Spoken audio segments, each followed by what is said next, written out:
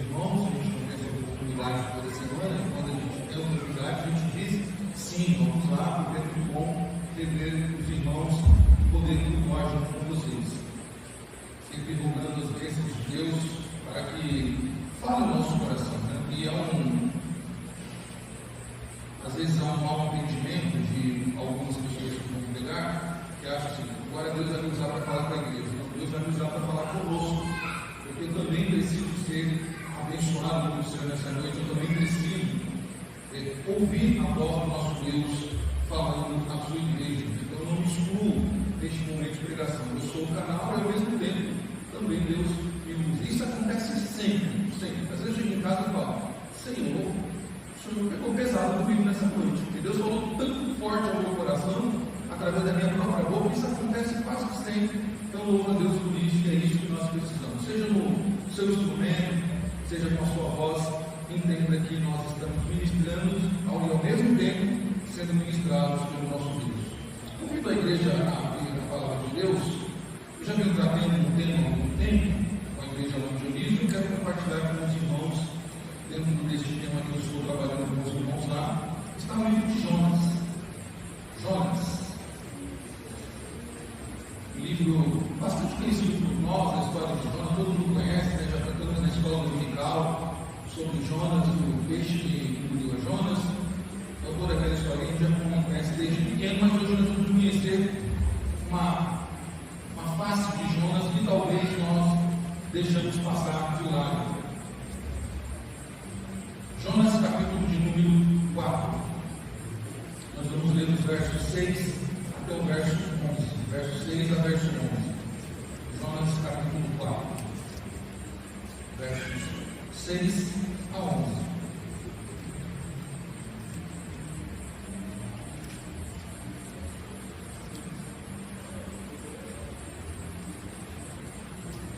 Jonas, você pega lá Malaquias e vem indo, voltando, você vai passar ali por Valdir, aí você vai chegar até Miqueias, e antes de Miqueias, ou depois de Miqueias, né? Jonas. Voltando no Novo Testamento, pega o inverso. Ou você pega Daniel como referência e vai indo até chegar, passar Obadias, e aí sim vem Jonas. Diz assim a palavra do nosso Senhor, recebamos a palavra com fé. Então fez o Senhor Deus nascer uma planta que subiu por cima de Jonas para que fizesse sombra sobre a sua cabeça, a fim de livrar do seu desconforto.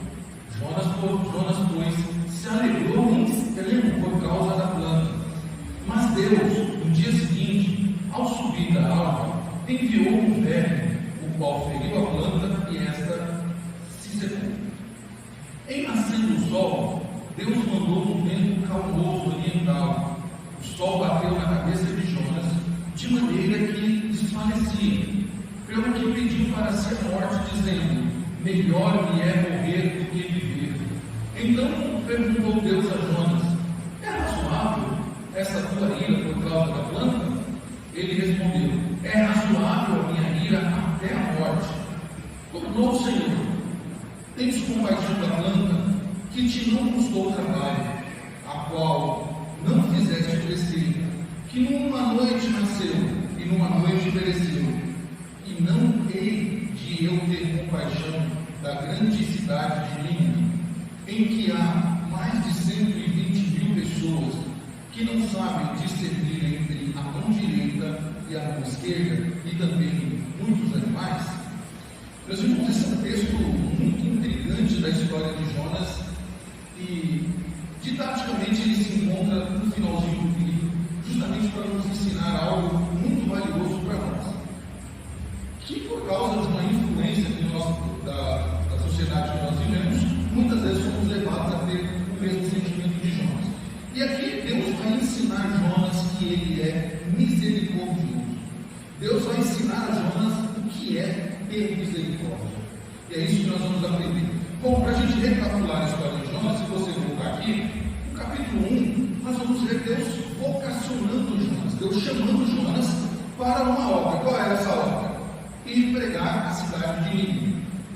No capítulo 1, então, Jonas é a levar a palavra do Senhor à grande cidade de Nínive. E curioso, irmãos, é a primeira vez no Antigo Testamento, e única, a primeira e única, em que Deus anuncia uma mensagem a uma nação.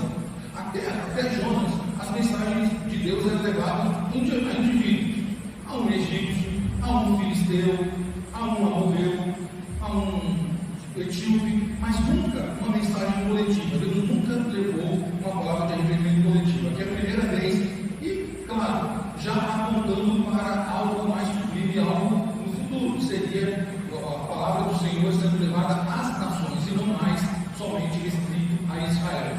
Então Jonas é comissionado. No capítulo 2, no capítulo 1 ainda, nós vemos que Jonas fez o quê? Recuou da sua opção. Ao invés de ele ir para Nínive, ele foi para Tarsis. E qual o motivo de Jonas não atender ao chamado do Senhor? Porque Jonas não queria pregar em Nínive, porque os ninivitas eram um povo muito mau, era um povo extremamente violento, que muito mal tinha feito para os israelitas. Aliás, não só para os israelitas, mas era um povo que eles prestavam muito mal aos seus oponentes. Todos aqueles que eram derrotados pelos ninivitas eram tratados com muita violência e sem nenhum tipo de misericórdia. Jonas tem ciência disso. Jonas não quer pregar para essa cidade. Jonas quer o contrário, ele quer que aquela cidade seja destruída pela mão de Deus. A palavra que Deus deu a Jonas é: vá, pregue em Nínive, dizendo para eles se arrependerem, porque se eles não se arrependerem, eu vou destruir. Mas Jonas sabe que Deus vai atender a oração daquele povo, que Deus, como diz o salmista, Deus não resiste a um coração contrito e quebrantado. Então Jonas vai por outro caminho, vai para Tarsis. E nesse inteirinho, o que acontece? Tem uma grande tempestade que Deus envia naquele navio, naquele mar, e aquele navio vai indo a pique. Então Jonas sabe que o problema é ele, e crente sabe quando ele está fazendo alguma coisa errada diante daquilo que Deus ordenou, então ele fala: o problema sou eu. O problema sou eu. Então lançaram Jonas ao mar, e Jonas foi engolido por um grande ser marinho, um grande ser marinho. E neste momento que Jonas é engolido por esse ser marinho, Jonas ora ao Senhor. De lá de dentro desse ser, Jonas ora ao Senhor. E Jonas então pede ao Senhor que tenha misericórdia dele. Guardem isso, tá? Jonas pede ao Senhor que Deus tenha misericórdia dele quando ele estava dentro do ventre desse grande peixe.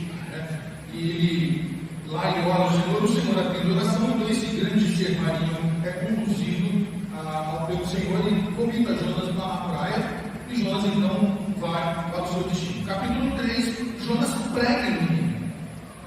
A contragosto, mas foi lá pregar. Não era o que ele queria, mas ele foi lá pregar. Pregou em Jonas, pregou em Nínive. No capítulo 3, nós vemos que os ninivitas se arrependem e Deus então perdoa aquela cidade. E aí no capítulo 4 começa o descontentamento de Jonas. Descontentamento. Primeira parte do capítulo 4, isso está bem claro. E no capítulo 4, na parte que nós lemos, então vem o quê? Tu está descontente? Então eu vou te dar uma lição, eu vou ensinar você, para você entender o que é misericórdia. Meus irmãos, o livro de Jonas é esse livro intrigante. Se você não leu, eu faço para você uma semana, um livro muito intrigante, devido a esse contraste. E qual o contraste? O contraste entre a vontade de Deus e a vontade de Jonas. Um Jonas que não conhecia a misericórdia de Deus. Um Jonas que se relacionava com Deus, mas não conhecia a misericórdia de Deus, não conhecia a bondade de Deus. Um Jonas que queria que as coisas fossem feitas conforme o seu coração, conforme os seus desejos, e não aquilo que Deus determinou. Este livro, meus irmãos, mostra então que Deus, primeiro, domina todas as coisas. É muito interessante quando nós lemos o livro de Jonas. Mostra o domínio de Deus, que Ele é o Senhor de toda a existência. E por que isso? Porque quando o homem não quer fazer o desejo de Deus, aqui no caso de Jonas, Deus move a natureza. Deus diz: eu vou mostrar para você quem eu sou, Jonas. A natureza, então, é um instrumento de Deus para que o mar se revolte, para que um grande ser marinho vá lá e engula Jonas. Deus move a criação, mostrando que Ele é o Senhor dos céus, dos mares, dos seres marinhos, da terra, e Ele faz tudo o que Ele quer. Ele é o Senhor do céu, do mar, da terra e até dos animais. Até os animais obedecem a Deus. E os humanos deveriam obedecer a Deus, né? Mas a gente vê aqui no livro de Jonas que toda a criação obedece a Deus. Mas quem está indignado com Deus? O ser humano. Aquele que deveria obedecer a Deus. Deus também é conhecido como Deus do amor e o Deus da compaixão. E Ele é um Deus que está sempre pronto para perdoar e salvar tanto as pessoas que fazem parte do reinado de Israel, que é o caso aqui, como de outras nações, como o Nínive que ele está enviando. E nós precisamos aprender aqui com Jonas. Deus, Ele está sempre para perdoar, tanto nós, quando nós errarmos, que somos seus filhos, quanto aqueles que estão lá fora, que andam na perdição, andando nas trevas.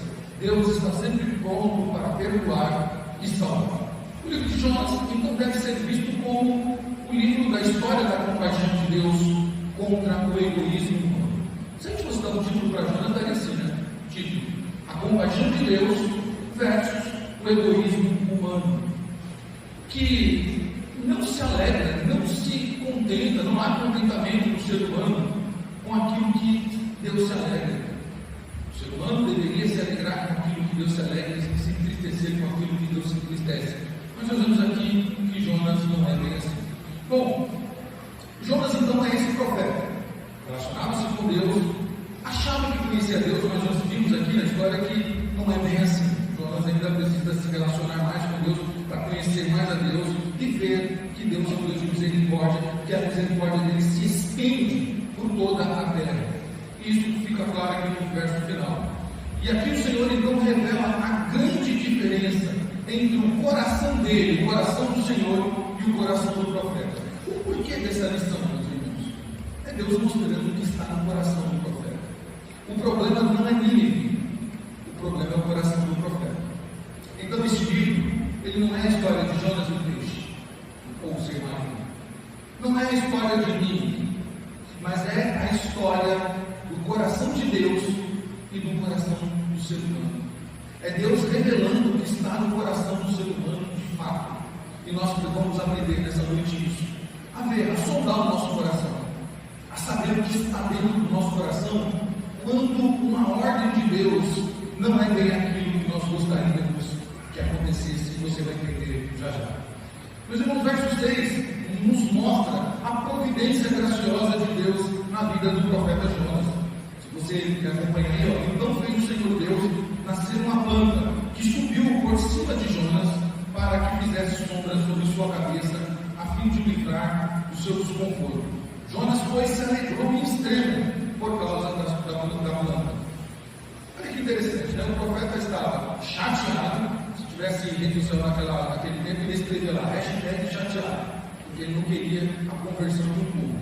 Mesmo assim, Deus faz o quê? Providencia para Jonas uma sombra, uma planta que vai fazer sombra para ele. Deus prepara uma planta para aliviar o sofrimento aqui de Jonas. Olha Deus mostrando a graça dele para Jonas. Né? Jonas merecia isso? Não merecia. Mas Deus mostra que Ele é um Deus que provê graça, mesmo quando nós não merecemos. O Senhor cuida de nós, mesmo quando o nosso coraçãozinho está distante dEle, está bem longe dEle. Ele estende a graça dEle para nos ensinar. A graça também é pedagógica. A sombra aqui, ela é um símbolo da misericórdia imerecida do Senhor, do favor imerecido do Senhor para nós.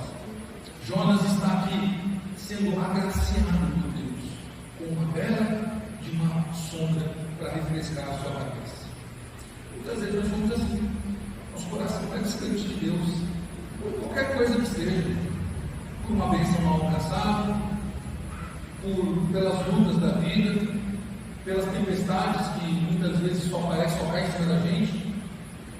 E nesse momento o nosso coração não vai distante, dizendo assim: Senhor, eu nem vou para a igreja, eu nem vou, estou chateado com o Senhor, porque o Senhor abençoou todo mundo e não abençoou a gente. E essa oração é a oração do profeta Abacuque, né? É coisa do Senhor, você vai abençoar eles lá. Os olhos deles são até gordinhos de não poder carne. É a oração também do profeta do Asaf, do Salmo 73. Às vezes nós somos assim, chateados com Deus. Não vou para a igreja, não, estou chateado aqui. E Deus então nos abençoa com uma graça para nos ensinar, para que a nossa chateação seja aliviada, e então Ele começa a nos ensinar. Mas olha só, Deus então agracia Jonas com essa sombra, e Ele continua no seu ensinamento a Jonas. Versículo 7 e 8, olha como Deus vai trabalhando na vida do profeta. O profeta está alegrinho agora ele está felizinho, né? Ele se alegrou extremamente aqui. O escritor fez questão de deixar claro que Jonas, ele se alegrou, né, em extremo. Não era uma alegria qualquer, era uma alegria extrema. Jonas estava extremamente feliz por causa daquela sombra. Versículo 7 e 8. Mas Deus, no dia seguinte, ao subir da alva, enviou um verme, o qual feriu a planta e essa se secou. Em nascendo o sol, Deus mandou um vento calmoso oriental. O sol bateu na cabeça de Jonas de maneira que desfalecia, pelo que pediu para si a morte, dizendo: melhor me é morrer do que viver. Aqui vem agora a disciplina corretiva de Deus para a vida do profeta. Deus envia apenas um verme e um vento quente. Só isso. Deus não precisa de muita coisa para nos ensinar. Apenas um verme e um vento quente. O que isso simboliza aqui, meus irmãos? Mostrando que, às vezes, no conforto que nós estamos, nós não percebemos que aquilo é graça de Deus, então Deus diz: você não está percebendo a minha bondade ainda? Você não percebeu que eu sou um Deus bom o tempo todo? Desde o seu levantar até o seu deitar, eu sou o Deus da bondade, e você não está reconhecendo a minha bondade e a minha misericórdia? Um vento calmoso e um verme para você aprender alguma coisa aqui. Então Deus enviou isso. A vida de Jonas, meus irmãos, agora é confrontada com sua fragilidade. Ele não é capaz de manter aquela planta viva para ter sombra sobre a sua cabeça. Jonas agora se vê como um nada. Jonas se vê tão frágil diante daquela situação, da incapacidade dele de manter aquele benefício. E então ele chega no ápice: melhor me é morrer do que viver. Meus irmãos, muitas vezes o sofrimento vem sobre nossa vida para que eu e você aprendemos ou que é exposta na nossa vida as nossas prioridades, para que nós aprendamos quais são as verdadeiras prioridades que nós devemos ter. Muitas vezes as nossas prioridades não são as prioridades de Deus. Então Deus faz com que o sofrimento venha à nossa vida para haver esse confronto do bem-estar contra a misericórdia que nós deveríamos ter um para com os outros. Às vezes nós nos preocupamos somente com o nosso bem-estar. Se está tudo bem na nossa casa, se o nosso carro está com o tanque cheio de combustível, se não nos falta comida em casa, se o nosso guarda-roupa dá para escolher que roupa nós queremos, e se você não tem o hábito de repetir uma roupa em 365 dias do ano, está tudo bem. As contas estão pagas, o dinheiro está na conta, todo mundo gosta de você, você não tem ninguém que olha para você e diz: nossa, você está feio hoje, você está tão feliz da vida. Aí Deus, e você não aprende a louvar a Deus neste momento, você não aprende a reconhecer isso como bondade de Deus, como graça de Deus. Você está ali sentado, deitado, como diz o nosso universo esplêndido, sem reconhecer a graça de Deus. Então Deus permite que venha algo para nos mostrar que nós somos tão frágeis, que basta um ventinho calmo. Notem bem, o texto usa um ventinho calmo para mostrar que eu e você não somos capazes de manter o nosso combustível, o nosso carro com combustível cheio. Que nós não somos capazes de manter o nosso guarda-roupa com todas as relações. Que nós não somos capazes de manter os nossos armários cheios de alimentos. Que nós não somos capazes de manter a nossa vida econômica boa. Basta um ventinho. O mundo deve lembrar bem disso aqui, né? O ano era 1986. Era um adolescente, pouco época boa. E todo mundo feliz, né? Todo mundo feliz, cheio de dinheiro no banco, né? E bastou um plano, né? Bastou um plano da ministra da Fazenda, um plano econômico que levou gente a suicídio.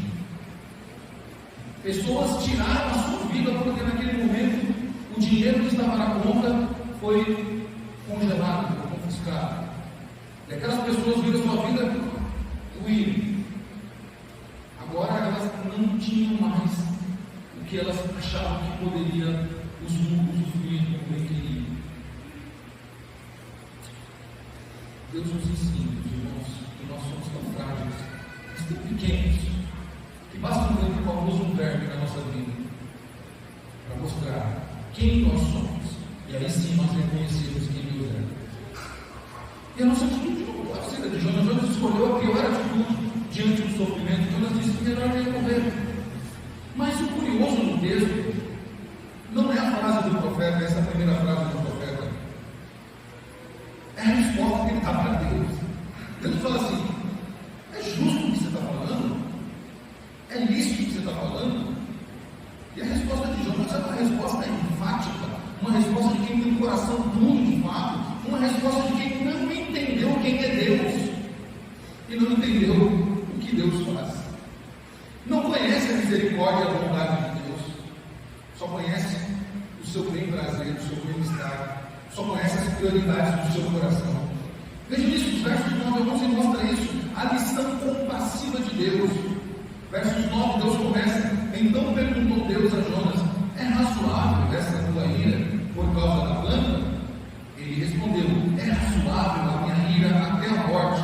Tornou o Senhor: tens compaixão da planta que te não custou trabalho, a qual fizeste crescer, que numa noite nasceu e numa noite pereceu? E não hei de eu ter compaixão da grande cidade de Nínive, em que há mais de 120.000 pessoas que não sabem discernir entre a mão direita e a mão esquerda, e também muitos animais. Meus irmãos, o texto mostra claro algo gritante para nós. Jonas se preocupa mais com plantas do que com pessoas. Isso está claro para nós. Nosso irmão Jonas se preocupa mais com plantas do que com pessoas. Eu acho que isso não é novidade para nós nos dias de hoje, né? Dos pais de pet, das pessoas que gostam mais dos virtuais do que dos seres humanos, das pessoas que gostam mais de objeto do que de pessoas. Está muito estranho para nós aqui, não. Deus revela: Jonas tem um coração totalmente egoísta, um coração totalmente plantado com o seu bem-estar, com as suas prioridades. Ele só está pensando em sombra e água fresca, e não está se preocupando com uma cidade que ia perecer 120.000 pessoas. Deus revela para Jonas o valor da vida humana, que aquelas 120.000 pessoas que não sabiam discernir entre a mão esquerda e a mão direita, que elas tinham valor para Deus. Que eu acho muito curioso no texto, muito interessante no texto. Deus não se preocupa só com 120.000 pessoas, mas até com os animais. Deus se preocupa. Porque se aquela cidade não se arrepende, aquela cidade seria totalmente destruída, inclusive os animais. E Deus mostra para Jonas: a minha misericórdia é muito grande, que eu tenho compaixão daquelas 120.000 pessoas e também dos animais. Porque tudo é dele, tudo é dele, tudo pertence ao Senhor. A terra, os céus, os seres humanos, os animais, as árvores, tudo pertence ao Senhor. E Jonas não entendeu isso. Meus irmãos, uma das grandes falhas que nós temos é não entender a compaixão e a misericórdia e a bondade de Deus. Arthur Pink, um grande escritor, ele escreveu: se nós entendêssemos de fato os atributos de Deus, nós nos relacionaríamos perfeitamente com Deus. Nós não precisaríamos entender mais nada, somente entender os atributos de Deus. O que são atributos de Deus? São qualidades do seu caráter. Quando nós falamos das qualidades do caráter de Deus, é aquilo que Ele é, não o que Ele tem, é que Ele é. Deus é amor, Deus é eterno, Deus é soberano, Deus é onisciente, onipresente, onipotente, Deus é bom, Deus é misericordioso, Deus é longânimo, Deus, Ele é misericordioso. Então, nós conhecendo o caráter de Deus, nós nos relacionaremos melhor com Ele. O nosso irmão Jonas parece que não conhece o caráter de Deus, porque se conhecesse, ele saberia que para Deus aquela cidade de Nínive tinha um valor. Meus irmãos, as sagradas letras, as sagradas escrituras, elas nos revelam alguém que é muito maior do que Jonas, alguém que se preocupa com coisas realmente sérias, com as prioridades do Pai. E este que as escrituras apresentam, ele é cheio de misericórdia por aqueles que sofrem o jugo do pecado. Jesus, lá em Lucas capítulo 19, versículos 9 e 10, diz que ele veio para salvar os que se se haviam perdido. Jesus veio para salvar os que se haviam perdidos. Em outra passagem, o texto vai dizer que Jesus não veio para aqueles que estão sãos, mas para aqueles que estão doentes. Jonas não entendia isso, mas Jesus, ele entende isso de fato. Ele veio para salvar aqueles que estavam no jugo do pecado. Jonas foi esse profeta de Israel que pregou, que queria pregar somente para o seu povo, somente para o seu nicho.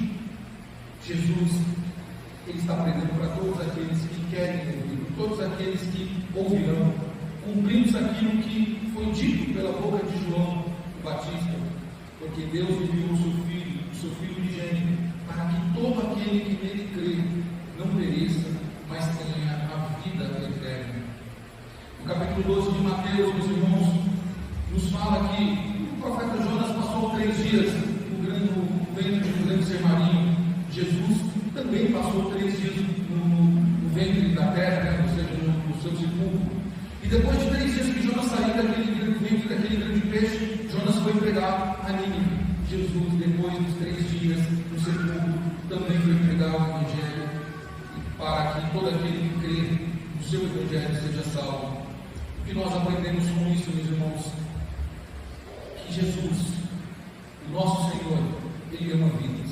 E Ele sempre vai estar disposto para salvar um pecador. Não importa quem seja esse pecador, não importa o que ele tenha feito, não importa a categoria do seu pecado, não importa se aos nossos olhos aquela pessoa não é digna de salvação. Ele salvará quem Ele quiser.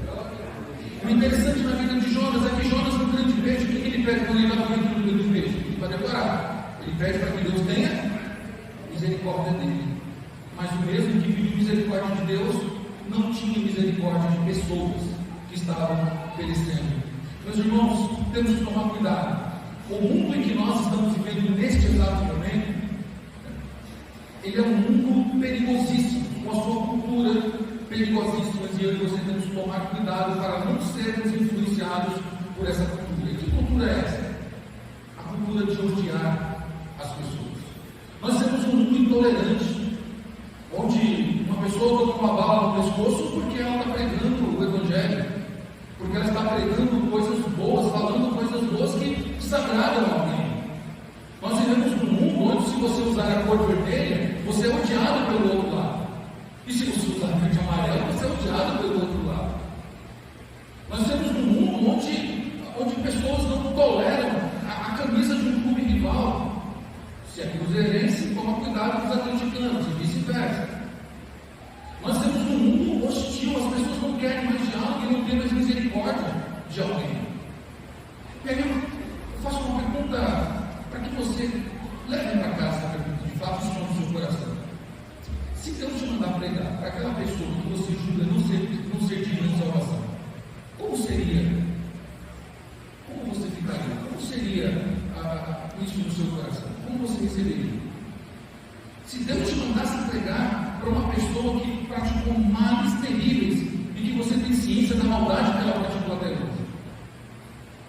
Ou se nós, por exemplo, soubéssemos, ligássemos a televisão vai um dia e televisão não, vai no YouTube vai um dia e alguém fala assim: olha, meus irmãos, eu peço oração porque Deus me mandou esta noite, Deus chamou meu coração e me enviou, estou indo agora lá para o Oriente Médio, Deus me mandou pregar para o Hamas, porque Deus quer salvar aquele povo. Como que a gente fica? Porque nós conhecemos como Hamas. Mas será que eles não são dignos de salvação? Será que bandidos periculosos não são dignos de salvação? Será que traficantes maldosos também não são dignos de salvação? Será que políticos corruptos, juízes injustos, não são dignos de salvação? Será que o torcedor rival não é digno de salvação? Será que aquela pessoa que nós conhecemos desde criancinha, que está no mal, que está no meio do pecado, atolado até o pescoço, será que ela não é digna de salvação? A pergunta é: elas não são dignas? Talvez você responda: não é digna. A pergunta é: você também é digno de salvação? Porque a Bíblia diz em Efésios que nós estávamos mortos nos nossos delitos e pecados, mas Deus, pela sua graça, preciosa, pela sua misericórdia, nos resgatou das trevas para a luz.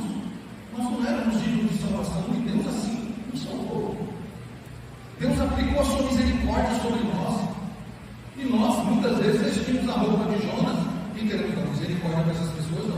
Eu quero juízo sobre a vida delas. E crente, como é esperto, até usa salmos imprecatórios nessa hora. Salmos de maldição sobre as pessoas, né? Temos que tomar cuidado, meus irmãos. Paulo usa em Romanos 12 dizendo: não se amoldem a este mundo. Ou seja, nós não podemos nos influenciar por este mundo, mas nós precisamos nos revestir do Espírito de Deus para agir com misericórdia. Como vimos, o contraste entre Jonas e Jesus é gritante. Enquanto Jonas ama o conforto, Jesus ama a vida. E a grande mensagem, como eu disse aqui, meus irmãos, não é sobre o grande peixe, se era uma baleia, se era um peixe, se era um jacaré, se era uma mulher. Não é essa a mensagem do livro de Jonas. Também não é sobre a planta, que tipo de planta é aquela, se era uma moreira, se era uma abacateira, sei lá, que tipo de planta que era. Não é esse também por questão do livro, mas é sobre o coração do Senhor, que é rico em misericórdia. O coração do nosso Deus, que é rico em bondade. E como seguidores de Jesus, meus irmãos, nós precisamos nos compadecer daqueles que estão presos no pecado, daqueles que estão cheios de maldade no seu coração, e orar por eles, anunciar o Evangelho da salvação por ele. Ezequiel capítulo 3 diz: se o Senhor nos mandar pregar o Evangelho ao ímpio, e nós não formos, o ímpio vai perecer no seu pecado, porém o sangue deles cairá sobre nós. Irmãos, nós precisamos anunciar a bondade desse Deus, que tem sido tão bom para nós, que tem sido tão gracioso conosco. Desde o nosso manhã, desde o nosso amanhecer, que nós cantamos aqui, nós acordamos e a bondade de Deus já está ali, batendo na nossa porta. Nós vamos para o nosso dia a dia, e a bondade de Deus está lá o tempo todo, nos livramentos, nas provisões, na segurança. Nós vamos dormir e a bondade de Deus se fez presente. Mas talvez nós não estamos apercebidos a isso, que o nosso coração está tão distante de Deus, preocupado com o que Deus não faz isso com aquela pessoa que está oprimindo o Brasil, por que Deus não faz isso com aquele grupo de pessoas que está oprimindo o mundo, por que Deus não mata aquele, por que Deus não faz aquilo. Irmãos, nós não fomos chamados para isso. Eu sei que nós somos tentados, nós somos seres humanos, mas nós não podemos persistir nesse erro. Nós não podemos querer que Deus fulmine as pessoas. Nós precisamos pedir: Senhor, que a bondade de Ti, que é vista na minha vida todos os dias, que ela seja nessa pessoa. Que a Tua bondade, que todos os dias está sobre minha vida, que ela chegue nessa pessoa. Que ela agracie essa pessoa, para que ela possa reconhecer o grande e sublime amor do Senhor, para que ela possa usufruir das misericórdias de Deus que não tem fim, para que ela possa realmente viver a vida que eu e você levamos diante do nosso Deus, que tem sido tão bom para nós. E que nós não tenhamos, meus irmãos, esse sentimento do profeta Jonas de indignação, porque o nosso desejo está sendo atendido. Que nós não desejemos coisas ruins diante da bondade de Deus sobre nossa vida. Nós vamos cantar uma canção, ou vamos cantar novamente, nós estamos com o nosso grupo de louvor aqui à frente.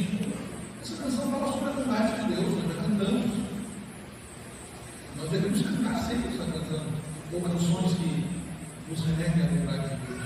Mas eu queria que neste momento, quando você canta essa bondade, canta essa canção, você interceda por alguém que talvez em algum momento você olhou para ela e falou: filho do diabo, não salvo. Esse aí vai perecer. Olhe por ela neste momento, porque talvez seja isso que Deus esteja esperando para resgatar aquela pessoa. Talvez Deus preparou esta noite para nós orarmos por essa pessoa e interceder por elas, para que a vontade de Deus alcance elas. Então, vamos ficar de pé, vamos cantar essa canção, mas cantando com a boca e com o coração orando. Senhor, eu nunca orei por aquela pessoa. Eu nunca parei em um momento do meu dia para orar por aquela pessoa. Eu só sei falar mal dela. Eu só sei colocar pragas contra ela. Eu só sei ridicularizar aquela pessoa. Mas hoje, meus irmãos, não vai ter coração contrário.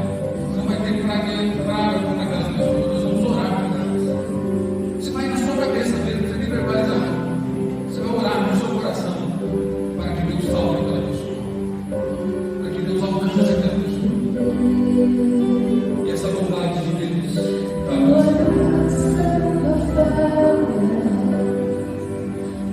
todos os dias eu estou em tuas mãos. Este mundo me levanto até eu me deitar. Eu cantarei da bondade de Deus.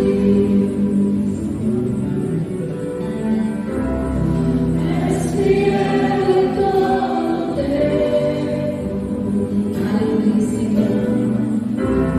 Em todo tempo tu és tão com todo o fôlego que tenho, eu cantarei a bondade de Deus, da doce voz que me guia ao fogo, na escuridão, tua presença me conforta. Sei que és meu Pai, que amigo és, vivo na bondade de Deus. És fiel, Senhor. És fiel em todo tempo, em todo tempo tu és tão bom, com todo o fôlego que tenho, eu cantarei da bondade de Deus. És fiel. És fiel em todo tempo. Obrigada, Senhor. Em todo tempo tu és tão bom, todo o fôlego que tenho, eu cantarei da bondade de Deus. A bondade me seguirá, Senhor. A bondade me seguirá, Senhor. Eu me rendo a ti, te dou o meu ser, entrego tudo a ti. A bondade me seguirá, Senhor. Aleluia, Senhor. És fiel. glória ao Senhor. Fiel em todo tempo. Não se esqueça que o seu chamado está lá em Marcos 16:15. Ide por todo mundo, pregai o Evangelho. Quem crer e for batizado será salvo. Tua função não é escolher pessoas que devam entrar comigo. Nossa função é pregar o Evangelho aos bons e aos maus. Aqueles que julgamos merecer e aqueles que nós julgamos não merecer. Porque a salvação pertence ao Senhor. Santíssimo Deus, graças te damos, ó Pai, pela tua bondade e misericórdia. Bondade essa, Senhor, que está em nossa vida o tempo todo, desde quando levantamos até quando nós vamos deitar. Tua bondade, Senhor, está sempre conosco e nós te louvamos por isso.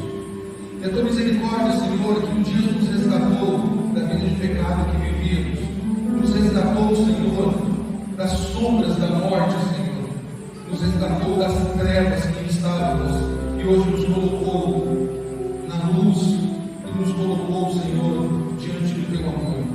Que essa misericórdia, Senhor, alcance essa pessoa que nós até hoje julgamos não ser digna de salvação, que nós talvez nem tenhamos orado por ela. Ajude-nos, Senhor, a partir de hoje, sermos homens e mulheres misericordiosos, como o Senhor é misericordioso. Que o nosso sentimento, Senhor, seja de amor por essas pessoas, para que elas possam alcançar a graça maravilhosa do Senhor. Mediante o teu Espírito Santo, possam ser tocadas, regeneradas, possam ser purificadas e salvas para a glória do teu nome. Ajuda-nos, ó Deus. Ajuda-nos contra esse coração perverso e maldoso que muitas vezes quer fugir do chamado ao qual o Senhor nos comissionou.